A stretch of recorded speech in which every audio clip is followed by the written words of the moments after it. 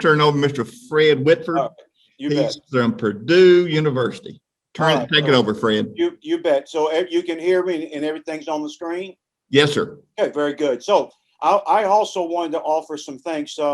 One is, I don't know if Larry's still there or not, but Larry is one of the top wheat scientists in the country. And it's nice to have him in the Midwest and in the southern states because he works a lot with Bill up here, our wheat scientist. And we're also very lucky in this state, and I hope it's the same way with Carol, to have the checkoff money, because without that money, most of this research would not get done because there are no research monies to do this kind of practical work. It's unfortunate. But Carol, again, I don't know anything about Tennessee, but I will tell you in Indiana, this supports a lot of projects that we could not get done. And I assume that would be Larry. Larry would make the same comment since he thanked you, for some of the research. So again, we appreciate all the sponsors because Bruce, they offer, they're paying for part of this program, and it's nice to have that support, right? Absolutely. All right. Tremendous asset of Tennessee. You betcha. So what we're going to do is we're going to talk about, I do a lot of stuff with equipment. I'm not an engineer by any means, but, I sort of pick up here a lot of the topics that nobody else picks up. And so I'm the pesticide person and in terms of training, certification, but I built a program a lot on transportation. And so, if we were in a room right now and we were having this conversation, I would ask how many of you have either been involved or have known somebody that's been involved in a farm accident on the highway, and it'd be a bunch of hands go up. And then unfortunately, which I do that to try to make the case, how many of you could raise your hand to say somebody make it home? And so folks, there ain't no amount of corn, beans, livestock, or anything that's worth somebody getting seriously hurt or even killed because of accidents. And so you and I typically focus on these trucks accidents. A lot of these are horrendous. This is an area I work with the insurance companies, the lawyers, and all of those things. But what I want to do today is focus on some of the other equipment. And so take a look at this baby here, and you're wondering who did what to who. I think they did a pretty good job. They got that fit right in there like you would have a 2-car garage, but you only got really 1.5 spaces left, and you got all your junk in it. And so, these things happen. And part of the problem we have here in this state, and it's the same there, originally from Louisiana, so I can tell you, Louisiana would be the same way, is that our equipment is getting bigger and bigger and bigger and bigger. Our roads aren't. In fact, a lot of places we're getting rid of pavement and we're going back to gravel. So that's one thing, bigger pieces of equipment. The other one, Bruce, and I assume it would be here, if you could talk to your, I don't know if your grandpa farmed or not, but you talk to some of your farmers, let's say some of your grandpa farmers, and which is kind of bizarre because now I'm teaching their grandkids, tells you how old I'm getting. But Bruce, if you go back and you ask him, how far away did you go to farm? And most of them would have told you if you went beyond 15 miles, and again, I don't know your area, but Bruce, 15 miles would have been a long way. Now we're looking for more and more land to lease. We are going across counties.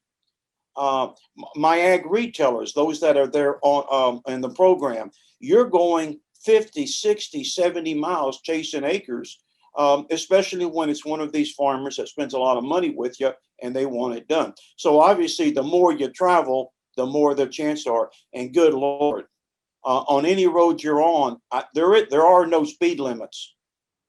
You'll see cars on these back roads going 70, 80 miles an hour and not thinking nothing about it, folks. So it just means a lot more congestion. And so my example to show you is, right here. You can see right here what it looks like. And so, we take these pictures to show you, and then you can see right here that he's going up a hill, and look at the size. Now he can move over a little bit, but if that person on the other side was coming up over that hill, if he couldn't see them, you could see the problems. Large equipment, my good Lord, you look at all of this as it goes through our little towns here in Indiana. And then the second part is just not that the roads are busy, it's inattentive drivers. And I'm going to say it's both from the farm ag retailer side, the ones with this equipment, and it's the drivers that we're driving around and working with. So for the most part, and I don't know how else to say it, it's all about me. Get out of my way. I got things to do. I'm important. You're not. Get out of the way. That's for a handful of people. But for most people, I have to tell you, they're confused. And what we're going to do, and I'm going to try something, Bruce, to see if it actually works. It was laser pointer. Can you see that laser pointer? Yes, sir. We can. All right. By golly, Larry, you taught me something. So confused drivers. And they should be confused. They don't know what all this garbage is. And why should they? That's not something they do for a living, right? And so these drivers behind us are confused, many of them. Oh, let me go back. I thought it was broken. And I would say confused on our part too.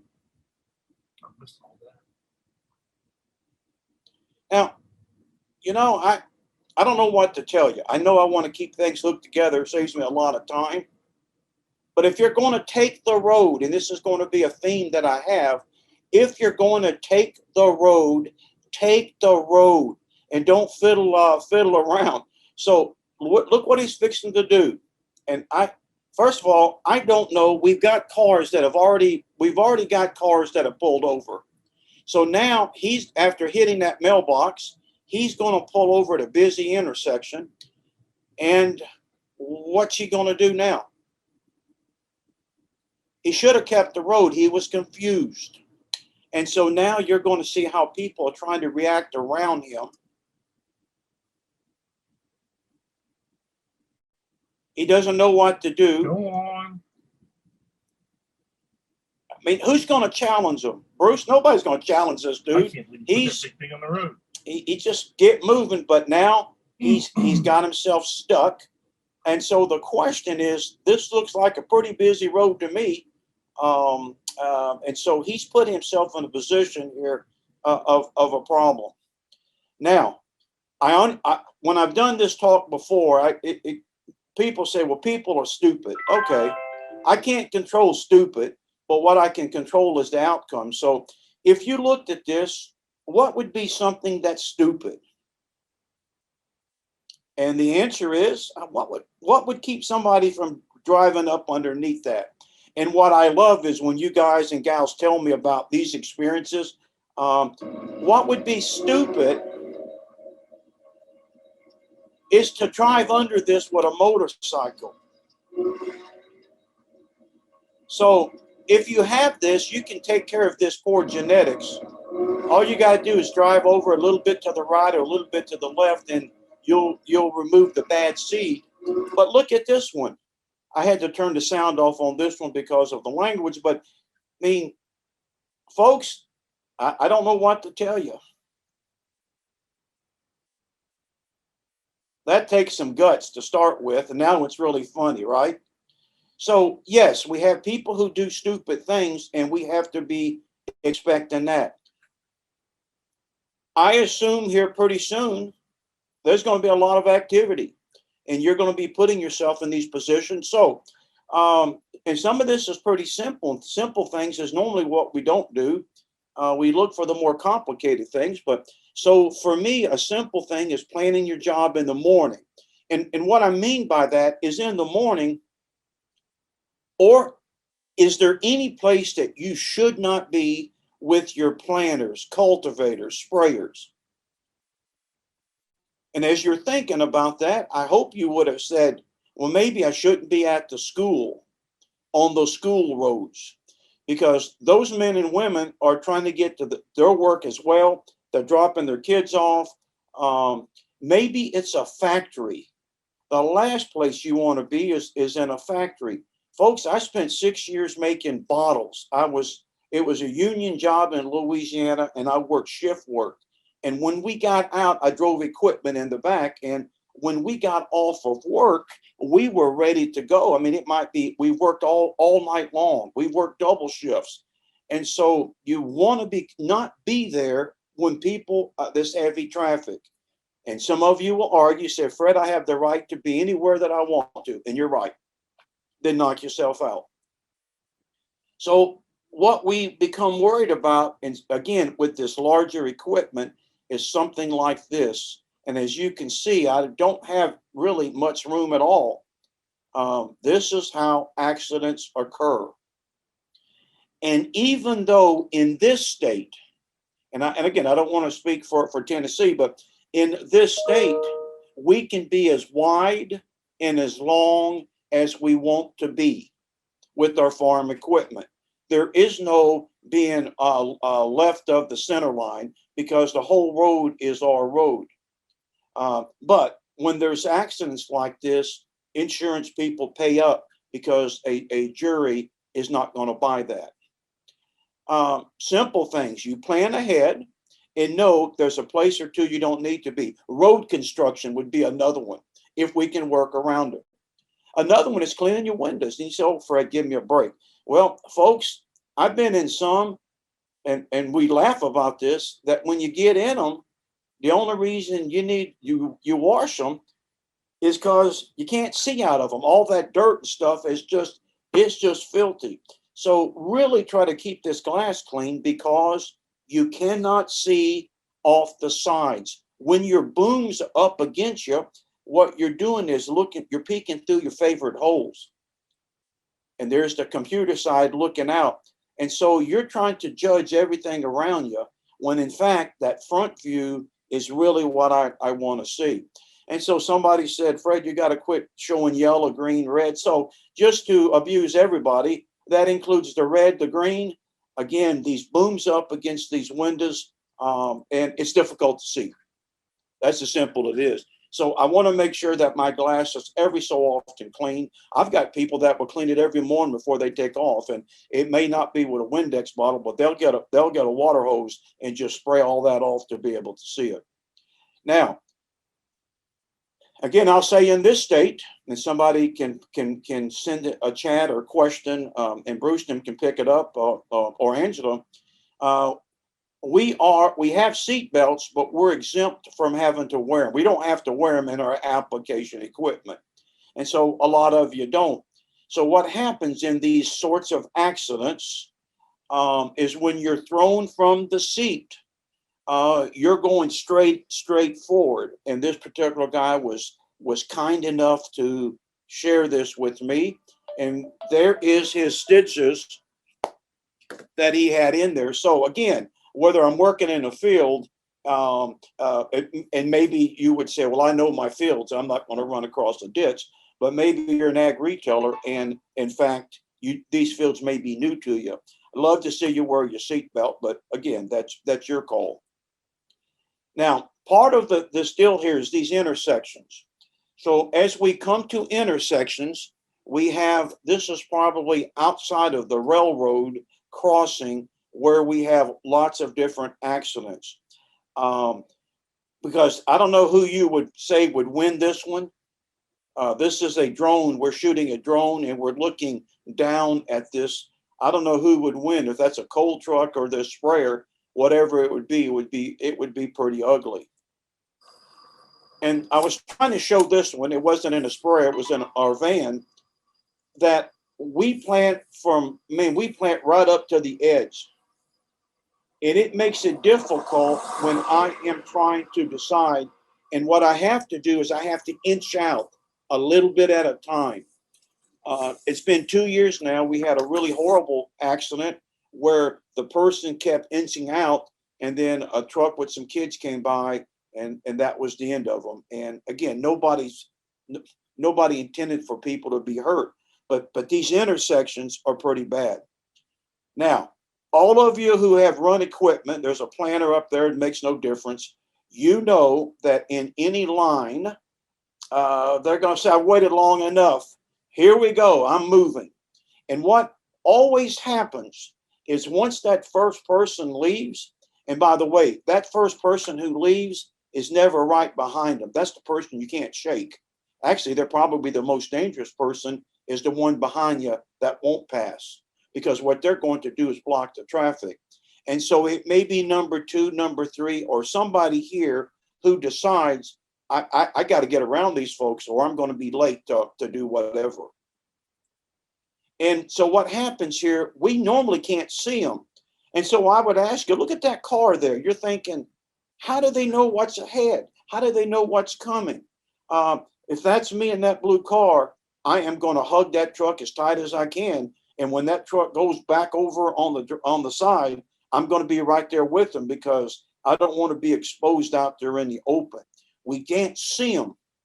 And so, again, if we were there and we were talking, most of you are, in fact, practicing what we were taught as kids, that you're always looking ahead, and instinctively, or you're thinking about it, you're looking ahead and planning for what's coming towards you.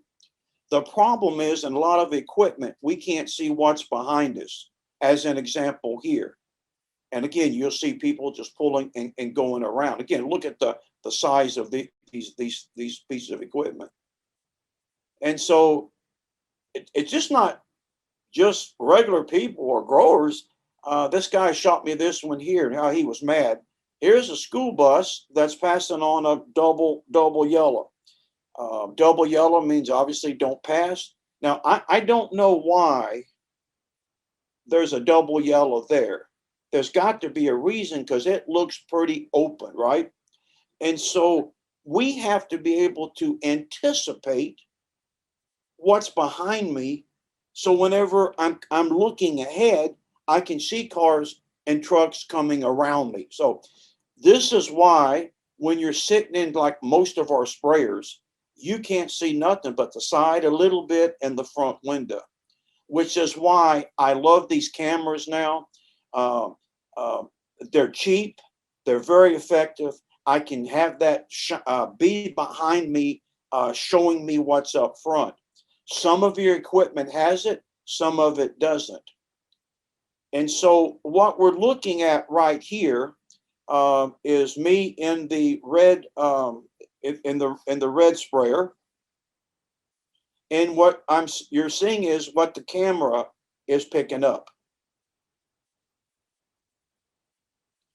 And so as these cars, as we're showing you on the very top here, as these cars are passing me, my eyeballs is looking ahead to make sure, again, it's instinctively, I think, anymore, when you get a little bit of experience with any vehicle.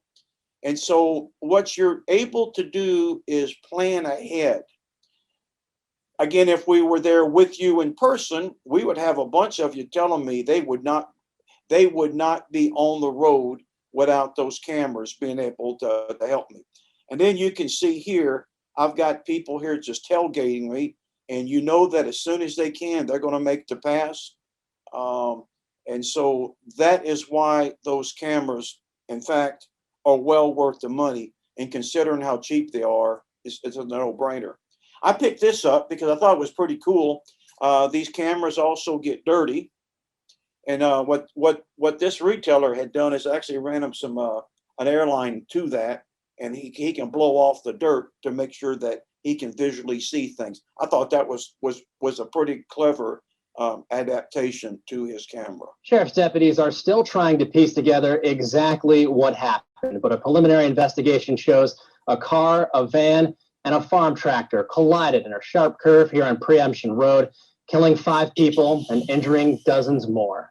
Deputies say the crash happened around 1:30 where Preemption and Laurie Road meet. Eyewitnesses say the crop duster or sprayer was heading southbound when a car riding behind it tried to pass the tractor and collided with a van which was coming from the opposite direction. Multiple EMS, ambulance, fire, and police crews responded. Many of the victims were airlifted from the scene. All right, now, you can't go back in time, and you can wonder, that's all we can do. If we would have had a camera and we could have seen that car blazing by us, could we have done something? versus being blinded when they came around and you saw them on the side. By then it was too late because the other van was coming. I love this idea of cameras. Now, we're going to put this Miller sprayer on the road, and we're going to make some mistakes here. Most of you are a lot better. My job is to help you do your job better, but you know how to do your job a lot better than me. So it's trying to come up with some tips, folks. So here we are. You can see I'm about the width of one lane. And as I go over the hill, I want you to see that I'm fixing to run up on a bunch of cars, and keep looking up under there and see what happens. This is my first mistake. Why did I pull off? Now, take the road, make the road yours, because people are confused. They don't know what to do with any of your equipment. Now, watch this second one come along. And then this one here is just staring at them. And I'm sort of weaving in and out. Once you get people starting to pull over, I mean, obviously you got some Uberhead that might not, and you're watching it. So this guy here is coming. There's not much I can do. I'm going to keep it there and make him stop. So folks, for me is I do the best I can, and then I really keep it focused on the road, because most cars, if they don't know what to do, they're going to stop. And that's pretty important, to give you that flexibility to keep moving and to keep everybody safe. Here is the whopper. Left turns by any equipment, whether it's growers or retailers. We have lots of accidents here in this state, and I assume there in Tennessee as well. And it really wasn't until I saw this little movie clip here that it dawned on me why. And a lot of you are probably already going to know it, but sometimes I just need to see something to help me to understand it. So what happens here when we make a left turn? You and I are generally not making a left turn onto another highway. We are making a left turn into a lane. And for people who are not farm people, they don't understand that this piece of concrete here is what I'm going to turn on to go into this field. So lots of times what they think is, I'm going to make a left turn.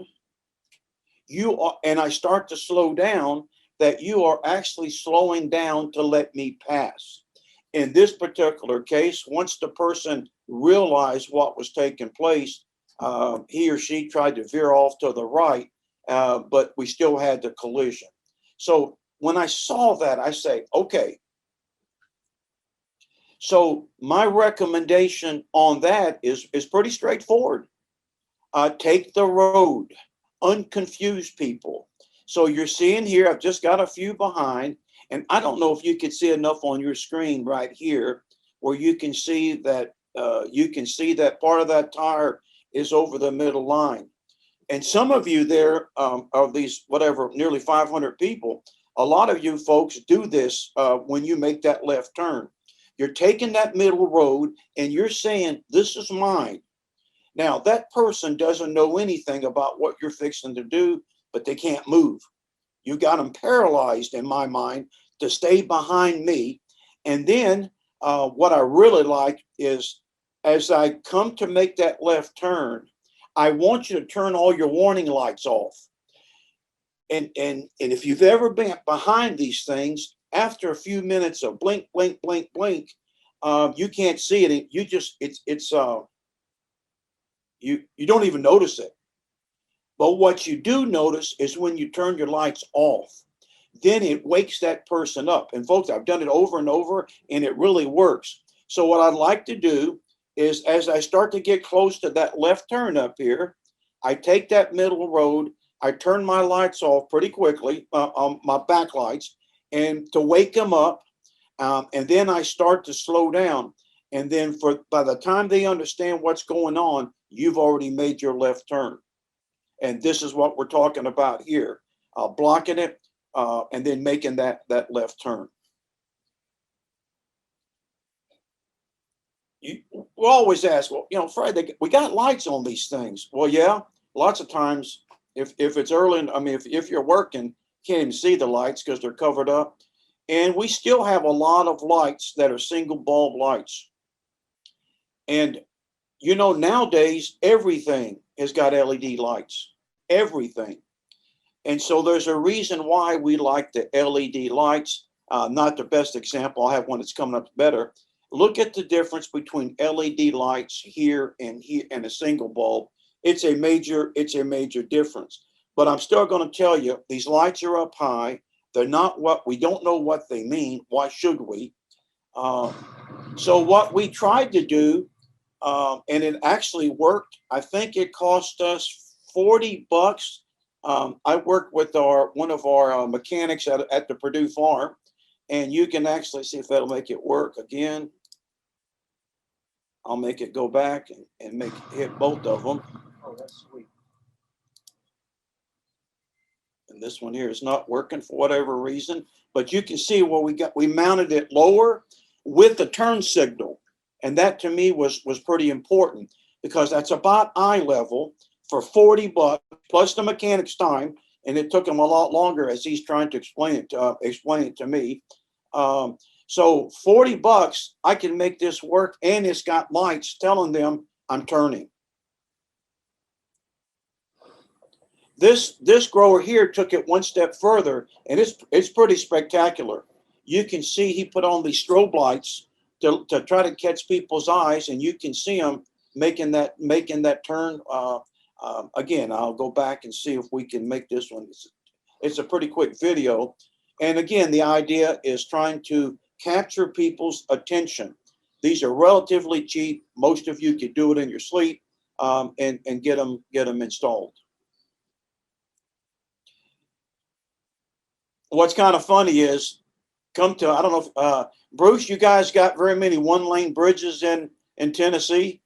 Unfortunately so. You bet. And whether they're on here or on the farm, I mean, and so what happens, Bruce, if you ever come to a one-way bridge, you got somebody on the other side, you're on this side, and as you're coming to the bridge, you speed up.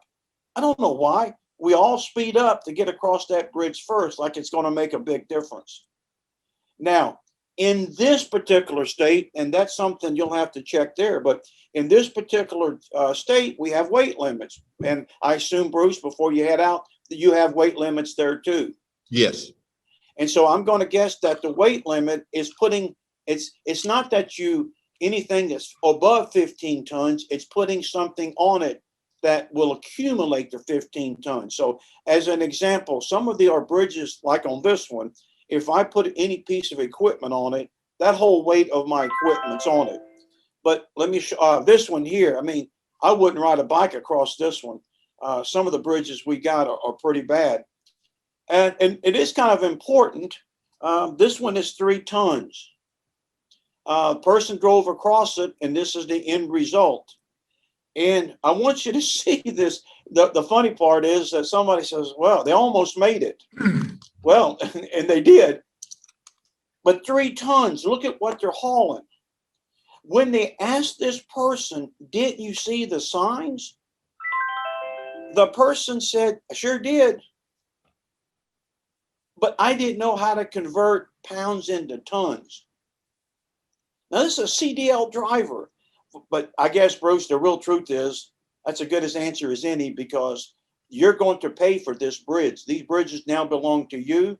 You're going to pay for it. So if it was, Bruce, if you had done this, now you could get a sign and you could put it right there on both ends of the bridge and call it the Stillman Memorial Bridge. There you go. Because you're going to build it, and your grandkids and great grandkids can say, oh, that was my grandpa. He was the one that crushed the bridge.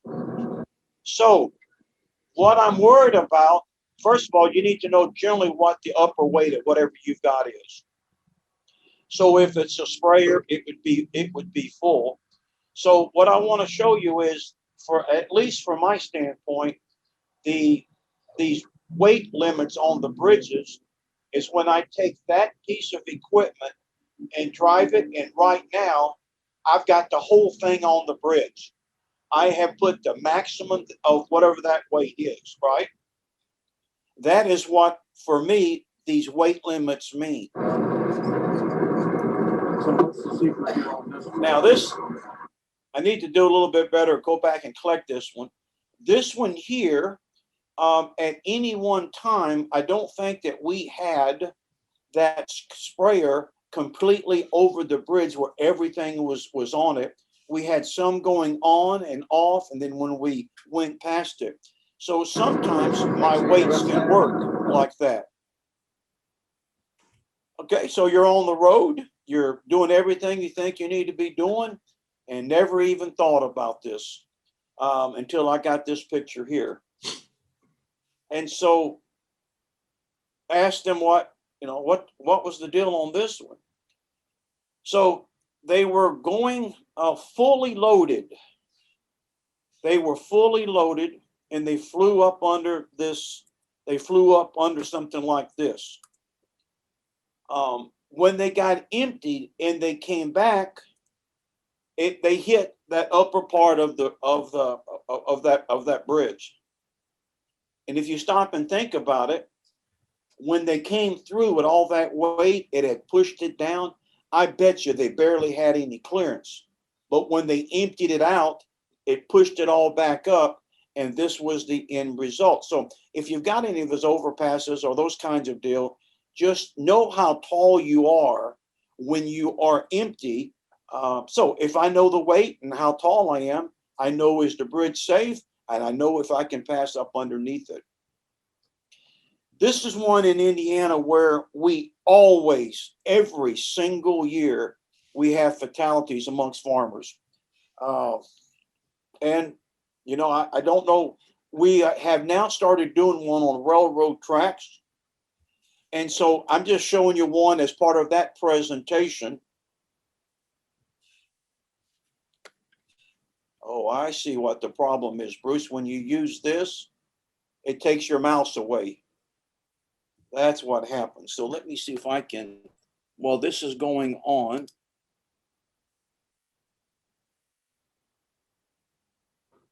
I don't know what automatic means. Yeah, there we go. So what I'm going to do is, this is a stop sign, and a stop sign means to stop. It had nothing to do with anything except that he had to cross the line there. This guy never Looks like they stopped. clear out a little bit where they don't. When you hit a lot of these rural crossings, we think we know everything there is to know about it. And let's see if I can get another one here to speed this up a little bit. That's not working really good. So one of my favorite ones was a fire truck that shows up, and the fire truck runs the stop sign too. So this particular one is not working really well. So let me move on. A stop sign is meant to stop.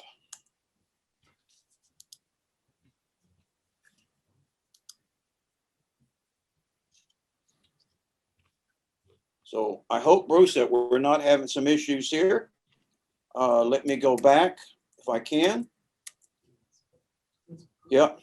So as this red, there we go. There we go. Let me see if I can get back out of it here. Sorry about that, folks. We're almost to the end, but it's not going to let.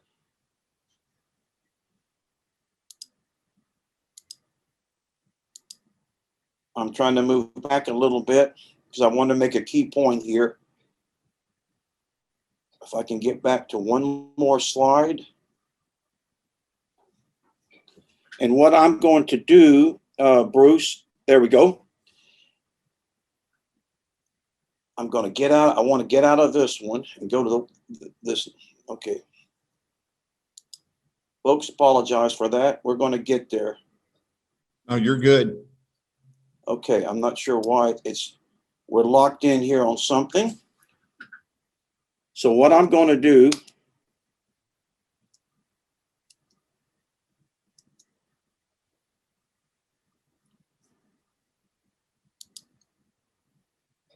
okay, it's not wanting to go forward. Let me see if I can get out of this loop that I'm in here real quickly.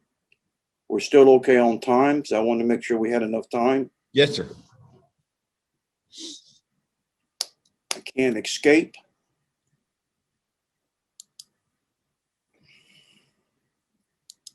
I should have left that pin on the way it was. I'll know that the next time not to use it.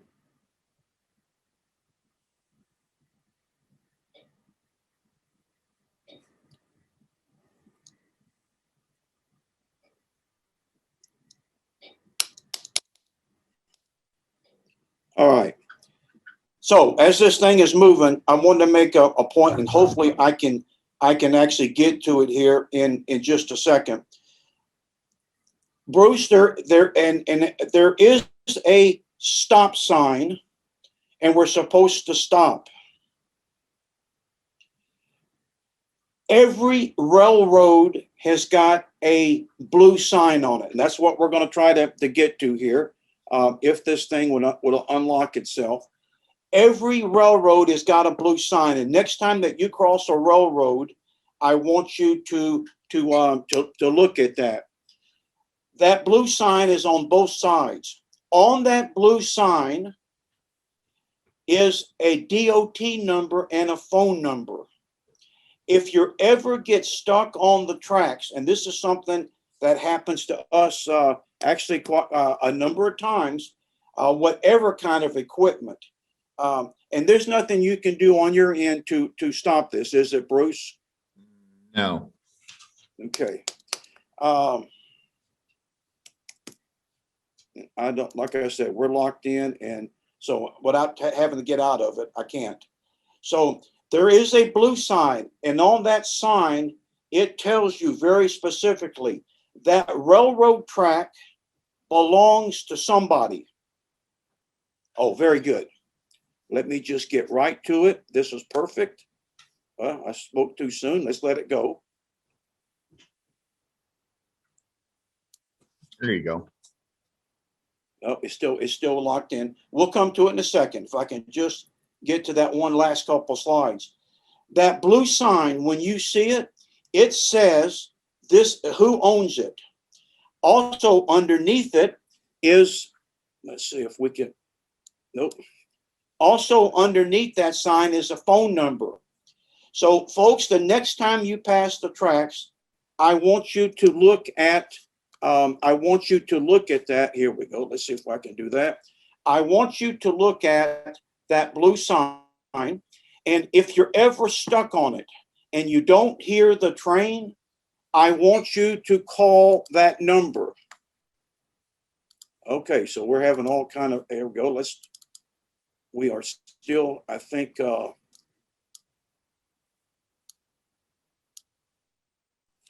want you to call that number, because if you call that number, you are able to, here we go. Again, we're going to finish up on time.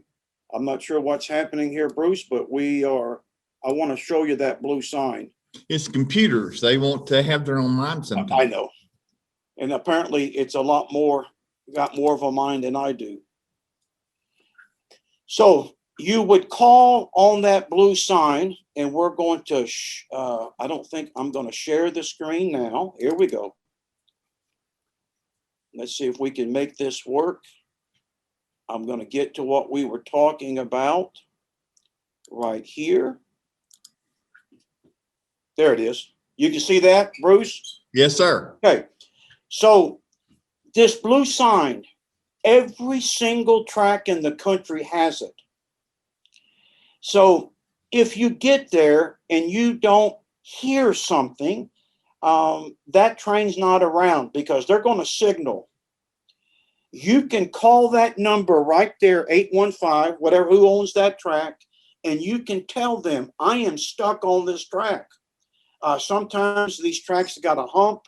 Sometimes you go off up on that side between the track and the road. You can tell them, I'm at 474836D. The person picking up the phone can then go down the line and contact the trains to be able to slow them, to stop them. It takes about 1.5 miles to stop these trains. if you don't hear something. This happened just a couple of weeks. We did a program for our tomato growers, and this happened to a person. He sent us back his email. He said, Fred, I never anticipated it would happen to me. He called the number. They were able to stop the trains. If you get stuck and you hear something, don't worry about that sign. You need to haul yourself out of there. So if that train is coming, if you can see my cursor, from your right to the left, which way would you run? And the answer is you run toward the train. I was trying to show you a video that we had here, but when that train hits it, it's going to push everything toward your left. This is why when you get out of the cab, you run toward the train at a 45-degree angle to get out of it. The key thing here is this emergency sign, which is what we want. Now, a couple of last points. There's no right or wrong here, just your perception. When I was a young man, we always thought it was a good idea to have trailing vehicles. And, you know, I think today, to me at least, and again, differences of opinion, I don't think a trailing vehicle is what I want. I have a hard enough time watching myself. I have a hard enough time then trying to watch this guy and gal that's behind me. And for those of you that move equipment, you understand if this person, if this truck was back a little way, what people would do would be to try to get in between them, just like that. And then that causes a problem. If he's real close, now I've got two things to move. So for me, a trailing vehicle is not good. What I would be more interested in would be a front vehicle, especially I would think, Bruce, you got lots of hills and hollers down there. And because they need to be able to radio to me that cars are coming or whatever. It's that communication in the front. In my mind, I don't like the trailing vehicles anymore. If you happen to be one of those that's sending out lots of equipment, going to the same place, try to give yourself about 5 minutes between these pieces of equipment, because if you're jumbled up, again, people are going to try to pass.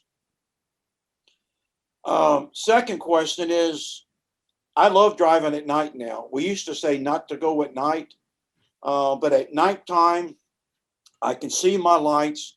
I have less people on the road.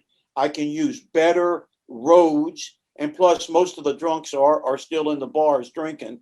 So that keeps us a little bit safer. Again, some of you don't like going at night. I understand why. But in my mind, it's much safer. So to end this, hopefully there's one tip that you can say, you know, Fred, that's pretty cool. So I'm just showing you during the course of a day, trying to do these videos, you can see I'm on busy roads, small roads, right turns, left turns. As you can see, I went, one of them I went right here. Well, this was a bad one. A guy passed me there in a school zone. I went into that school and didn't look up, and they say I barely missed all the electrical wires. I would have pulled all those wires down. And Bruce, you can imagine, you know how it is in Tennessee. It's like here. Your rich people would not like that, would you? If you pulled all the utilities down at the school, that would be kind of hard to explain. Yeah. So we have to be better. We have to be better than the persons that we are sharing the road with. And that means defensive driving, just like the good old days.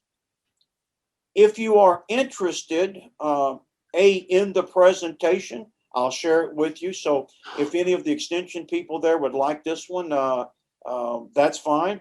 We have a publication called PPP 117, PPP Purdue.edu. If you want to download it, you can get a hard copy. And so this was part of this talk, came out of this presentation.